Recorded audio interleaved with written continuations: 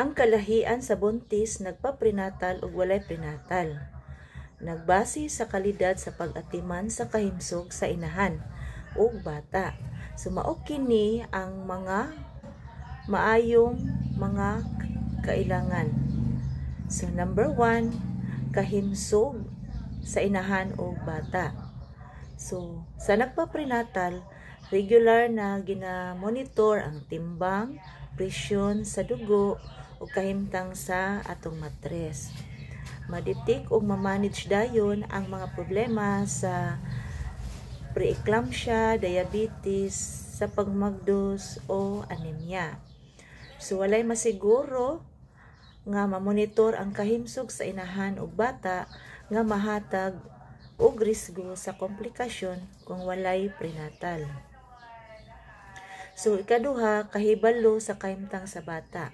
So masiguro nga normal ang pagtubo sa bata pinaagi sa ultrasound ug mga test. Mahibaluan ang edad sa bata or kanang ginatawag nato nga gestational age o due date.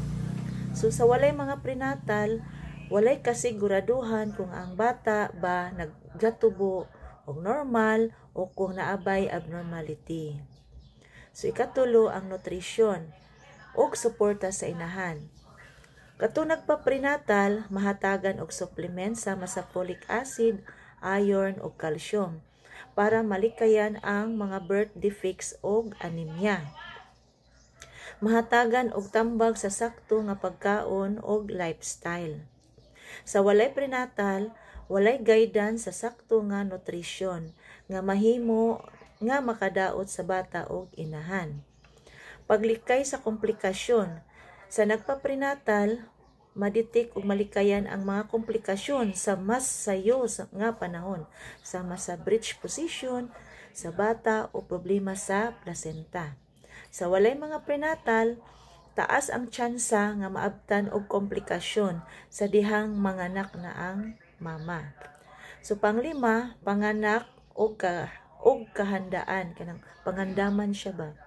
So sa nagprenatal, mas maayo ang magplano sa paagi sa panganak kung normal ba o kinahanglan og cesarean. So walay prenatal, walay kasiguraduhan kung mas taas ang risgo nga maabtan og emergency sa panahon siya manganak. So ang prenatal care mao ang yawi sa maayong kahimsog sa inahan ug bata. Kung walay prenatal, mas taas ang risgo sa komplikasyon, dili maayong kahimsog ug dili siguradong kalampusan sa pagmagdos ug panganak. So kana lang, daghang salamat sa inyong pagpaminaw.